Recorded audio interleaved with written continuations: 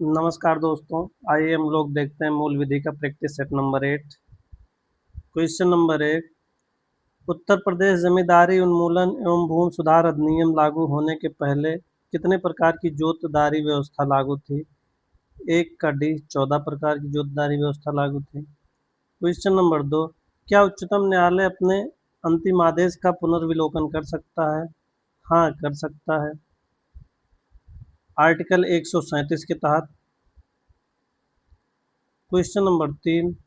एक मानवाधिकार कार्यकर्ता द्वारा दायर की गई किसी जनहित याचिका ने इस बात पर बल दिया कि चिकित्सा के पेशे से जुड़े हर सदस्य का यह सर्वोपरि दायित्व है कि वह किसी भी प्रक्रियागत औपचारिकता की प्रतीक्षा न करके हर घायल नागरिक को जल्द से जल्द चिकित्सीय सहायता उपलब्ध कराए। यह किस वाद में कहा गया था? 3 का डी परमानंद कटारा बनाम भारत संघवाद में कहा गया था। इसमें अगर याद करने के लिए देखा जाए तो चिकित्सीय सहायता, जल्द से जल्द चिकित्सीय सहायता, हर घायल नागरिक को जल्द से जल्द चिकित्सीय सहायता याद रखिए किसमें है, ये परमानंद कटारा बनाम भारत संघ में है। ऐसे याद किया जा सकता है। Question number 4। एक प्रकार का साइबर अपराध है जिसमें बहुत अधिक संख्या में उपयोगकर्ताओं को अवांछित थोक संदेश अंधाधुंध भेजे जाते हैं। 4 का डी स्पैमिंग संदेश। Question number 5। सूचना प्रौद्योगिकी अधिनियम 2000 की कंप्यूटर संसाधनों का उपयोग करके प्रत्यारोपण द्वारा धोखा देने की सजा से संबंधित है। 5 का ए 66 का डी। Question number 6। किसी अनुज्ञप्ति के नवीनीकरण का धारा 23 में फीस संदाय होगी। 6 का ए 5,000 रुपये। Question number 7। सूचना प्रौद्योगिकी अधिनियम 2000 किसी व्यक्ति द्वारा भारत के बाहर किए गए किसी अपराध या इसके अधीन उल्लंघन में भी लागू होता है। 7 का ए सही है। Question number 8। निवारक बंदीकरण का क्या उद्देश्य है? 1 का ए दंड देना नहीं, अपराध को रोकना। 8 का ए। Question number 9। राष्ट्रीय सुरक्षा अधिनियम 1980 की धारा 2D में उपबंधित व्यक्ति शब्द के अंतर्गत आते हैं। 9 का सी भारतीय के साथ विदेशी भी आते हैं। Question number 10। भ्रष्टाचार निवारण अधिनियम की कौन सी धारा न्यायालय द्वारा पुनरीक्षण की शक्तियों का प्रयोग करने के लिए अभिलेख मांगने से संबंधित है? 10 का सी 22 का डी। Question number 11। विशेष न्यायाधीश की नियुक्ति का प्रावधान निम्नलिखित में से किस धारा में प्रस्तुत है? 11 के धारा 3 में है विशेष न्यायाधीश की नियुक्ति के प्रावधान। Question number 12। किन्हें अग्रिम कर के भुगतान से छूट प्राप्त होता है? 12 का डी वेतनभोगी लोग जिनके पास कारोबार या पेशे के लाभ और अभिलाभ के मद में कर देने योग्य कोई आय नहीं है। 12 का डी सही है। Question number 13। कृषि आयकर अधिनियम की निम्नलिखित धारा के अंतर्गत करमुक्त है? कृषि करमुक्त है धारा 10 का 1 के अंतर्गत। 13 का सी। Question number 14। सूचना का अधिकार अधिनियम 2005 के तहत न्यायालयों के क्षेत्राधिकार वर्जित हैं। 14 का बी धारा 23 के अंतर्गत। Question number 15। निम्न में से किसमें सूचना के प्रदान किए जाने से छूट है? 15 का डी उपरोक्त सभी। ऐसी सूचना जिसके प्रकटन से भारतीय संप्रभुता और अखंडता पर प्रतिकूल प्रभाव पड़े, ये भी सही है। विश्व राज्य सुरक्षा पर प्रतिकूल प्रभाव पड़े, ये भी सही है। रणनीति वैज्ञानिक या आर्थिक हित में ना हो, ये भी सही है। उपरोक्त सभी डी सही है 15 का। Question number 16। सूचना का अधिकार अधिनियम भारत के राज्य क्षेत्र में प्रकाशित हुआ। 16 का बी 21 जून 2005 को प्रकाशित हुआ। Question number 17। संयुक्त राष्ट्र की एक अंतर्राष्ट्रीय मानव अधिकार संधि कौन सी है जिसका उद्देश्य है दिव्यांग व्यक्तियों के अधिकारों की रक्षा करना?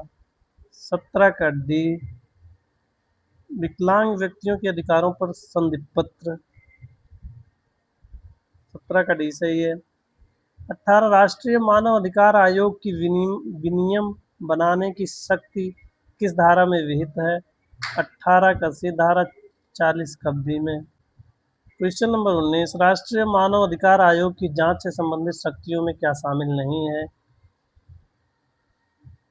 19 का डी, आरोपियों को दंडित करना, ये राष्ट्रीय मानवाधिकार आयोग की जांच से संबंधित शक्तियों में शामिल नहीं है, क्योंकि किसी आरोपी के दंडित कर सकते। क्वेश्चन नंबर 20, मानव अधिकार संरक्षण अधिनियम की किस धारा में मानव अधिकार शब्द को परिभाषित किया गया है? 20 का सी, धारा 2 के डी में परिभाषित किया गया है। क्वेश्चन नंबर 21 के फलस्वरूप वन्यजीव संरक्षण संशोधन विधेयक 2013 बनाया गया।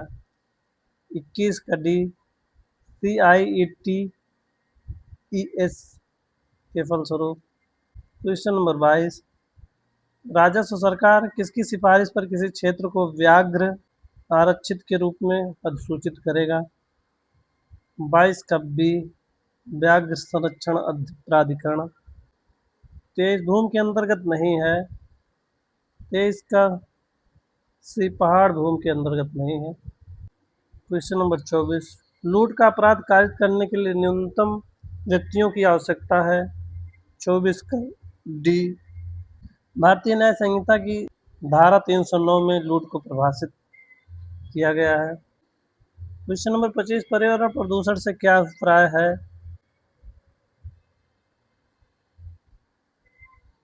25 का डी, सभी, उपरोक्त सभी पर्यावरण प्रदूषक हैं। क्वेश्चन नंबर 26, ठहराव रेखा सड़क पर किस रंग में लाई जाती है? 26 का सी, सफेद व पीले रंग की। 26, ठहराव रेखा सड़क पर किस रंग में लाई जाती है? 26 का सी, सफेद व पीले दोनों रंगों में। क्वेश्चन नंबर 27, मोटरसाइकिल का ड्राइवर मोटरसाइकिल पर अपने अतिरिक्त एक से अधिक व्यक्ति नहीं ले जाएगा, यह प्रावधान अधिनियम की किस धारा में वर्णित है? 27 की धारा 128 में वर्णित है। क्वेश्चन नंबर 28, धारा 2 के अंतर्गत शिक्षा संस्थान बस में कौन सम्मिलित है? कौन कौन सम्मिलित हैं? 28 का डी, उपरोक्त सभी सम्मिलित हैं। जो विद्यार्थी को लाती है, जो कर्मचारियों का परिवहन करती है, जिस बस पर शैक्षिक संस्थान का स्वामित्व अधीन होता है, सब लोग सम्मिलित हैं। 28 का डी, उपरोक्त सभी। क्वेश्चन नंबर 29, अनुसूचित जाति अनुसूचित जनजाति अधिनियम 1989 में अत्याचार के अपराधों के लिए दंड का प्रावधान है। 29 का बी, धारा 3 में दंड का प्रावधान है। क्वेश्चन नंबर 30, किशोर न्याय अधिनियम 2015 की किस धारा में विधि का उल्लंघन करने वाला बालक परिभाषित है? 30 का भी, धारा 2 के 13 में परिभाषित है। क्वेश्चन नंबर 31, संतान शब्द में कितने वर्ष की आयु से नीचे का व्यक्ति अभिप्रेत है? 31 का डी, 18 वर्ष से नीचे। क्वेश्चन नंबर 32, अपराधी द्वारा कारित अपराध प्रसंगीय है अथवा अप्रसंगीय जमानती है अथवा गैर जमानती, इसका निर्धारण निम्नलिखित में उल्लिखित प्रावधान से होता है। 32 का डी, दंड प्रक्रिया संहिता से होता है। दंड प्रक्रिया संहिता से होता है। क्वेश्चन नंबर 33, CRPC की धारा 145 के तहत एक कार्यकारी मजिस्ट्रेट पक्षों को एक विवादित अचल संपत्ति के संदर्भ में अपना दावा लिखकर प्रस्तुत करने का आदेश दे सकता है। 33 का सी, केवल ए सही है, यदि विवाद के कारण शांति भंग होने की संभावना है। क्वेश्चन नंबर 34, दंड प्रक्रिया संहिता के अंतर्गत जांच की जाती है। 34 का डी, मजिस्ट्रेट या न्यायालय द्वारा जांच की जाती है। क्वेश्चन नंबर 35, भारतीय दंड संहिता की धारा 304 बी के अंतर्गत दहेज मौत के लिए जिम्मेदार व्यक्ति को न्यूनतम कितने वर्ष की सजा देने का प्रावधान है? 35 का बी, 7 वर्ष। क्वेश्चन नंबर 36, एक नाबालिग लड़की के साथ बलात्कार करते हुए पाया जाता है, बा आ पर आक्रमण करता है, उसे गंभीर रूप से घायल कर देता है, बा ने क्या अपराध किया है? 36 का सी, धारा 100, भारतीय दंड संहिता के अनुसार कोई अपराध नहीं किया है। 1200 भारतीय दंड संहिता के अनुसार कोई अपराध नहीं किया है। 36 का सी। क्वेश्चन नंबर 37, गलत उत्तर बताइए। सामान्य रूप में एक व्यक्ति किसी अपराध में निम्नलिखित रूप में भागीदारी हो सकता है। 37 का सी, जब वह घटना स्थल पर उपस्थित होता है। इसमें दिया था 37 में गलत उत्तर बताइए। सामान्य रूप में एक व्यक्ति किसी अपराध में निम्नलिखित रूप से भागीदारी हो सकता है। इसमें गलत है सी, जब वह घटना स्थल पर उपस्थित होता है। और अन्य अपराध, जब वह स्वयं अपराध करता है तो भागीदार होता है। जब वह अपराध करने में भाग लेता है तो भागीदार होता है।